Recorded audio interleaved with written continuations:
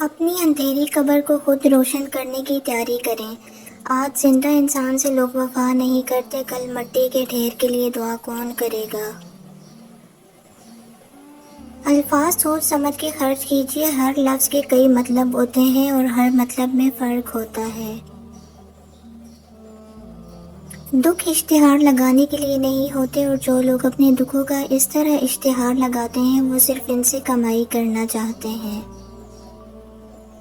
کبھی کبھی ہماری زندگی میں مشکلات کا ایک لمبا سلسلہ چل پڑتا ہے، اور یہ تب تک چلتا رہتا ہے جب تک ہمیں سبق نہیں سکھا دیتا۔ خواب اور حقیقت کے بیچ جو فاصلہ ہوتا ہے وہ ڈر کا ہوتا ہے۔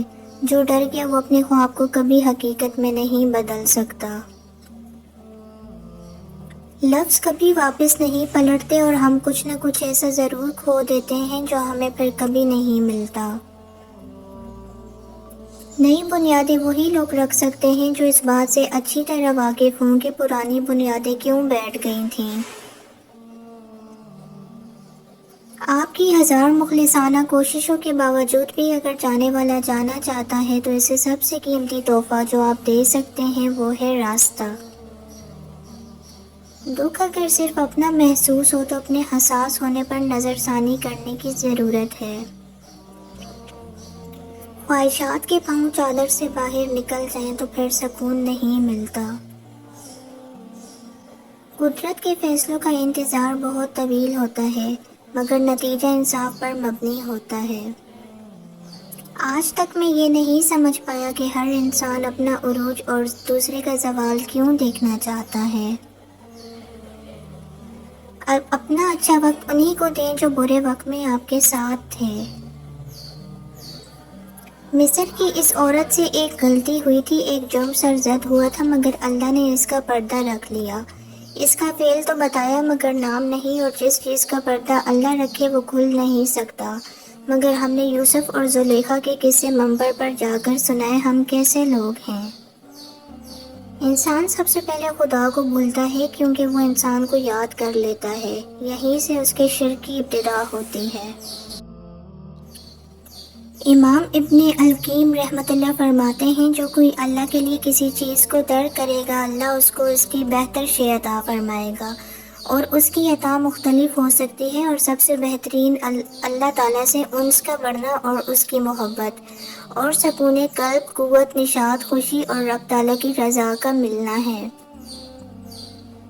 آپ پرندوں کو روز اڑتے دیکھتے ہیں اور آپ پھر بھی پریشان ہوتے ہیں کہ آپ کو کون تھامے گا۔ کوئی نیا کام شروع کرنا چاہتے ہیں یا کسی نئے شخص سے جڑنا چاہتے ہیں، کیوں پریشان ہوتے ہیں، کون تھامے گا؟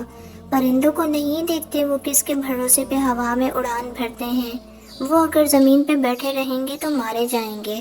اڑنا ان کا سروائیول ہے، آپ نے بھی اپنے سروائیول کے لیے کچھ نہ کچھ کرنا تو ہے۔ غصہ اور قانون دونوں بڑے سمجھدار ہیں، کمزور کو دبا دیتے ہیں اور طاقتور سے دب جاتے ہیں۔ مجھے ایک عورت کو دیکھ کر دکھ ہوتا ہے، جب اس کی ساکھ پر دھبا لگتا ہے تو وہ اسے مٹانے کے لیے داڑھی نہیں رکھ سکتی۔ اگر داماد جانور نکل آئے تو سماج کے ڈر سے بیٹی کو سمجھوتا کرنے کو نہ کہو، اسے اس عذاب سے نکال لو۔ فرعون نے اتنے بچے ذبح کیے کہ ان میں سے کوئی میری سلطنت نہ الٹ دے، لیکن موسیٰ علیہ السلام نے اسی فرعون کے گھر میں پرورش پائی۔ مطلب اللہ کا جو فیصلہ ہے وہ اٹل ہے، انسان جتنی مرضی عقل دوڑا لے سب بیکار ہے۔ کچھ لوگوں کے اتنے چہرے ہوتے ہیں کہ سمجھ نہیں آتا پہلے کون سے والے پہ تمانچہ ماریں۔ الزام لگتے رہتے ہیں، بس یاد رہے کہ تم نے اپنے ضمیر کو مطمئن کرنا ہے، لوگوں کو نہیں۔ پڑھائی کا سب سے پہلا مقصد شعور اور ثواب کمانا ہے، باقی پیسے تو جاہلوں کے پاس بھی ہیں۔ علم کی قدر کرو، یہ آسانی سے تم تک نہیں پہنچا، اس کے پیچھے بہت بڑی محنت ہے۔ انسان اچھی عادتیں بنانے میں خون پسینہ ایک کر دیتا ہے اور بری صحبت میں بیٹھتے ہی انہیں زنگ لگنا شروع ہو جاتا ہے، لہٰذا جس سے بھی دوستی کرو سوچ سمجھ کر کرو۔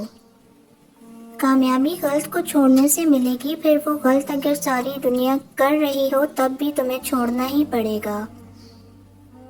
جو تمہارے ہاتھ میں ہے وہ کرو، اور جو تمہارے ہاتھ میں نہیں اسے تقدیر پر چھوڑ دو، اور تقدیر بدلنے کے لیے دعا کافی ہے۔ لوگوں پر جتنا اعتبار بھی ہو، ان کے لیے اپنی زندگی کے کمروں میں سے صرف مہمانوں والا ہی کمرہ کھولو۔ جب تمام درخت کاٹ دیے جائیں گے، جب تمام جانور مر جائیں گے، جب تمام پانی زہریلا ہو جائے گا، جب ہوا میں سانس لینا مشکل ہو جائے گا، تب آپ کو احساس ہوگا کہ آپ پیسے کھا کر زندہ نہیں رہ سکتے۔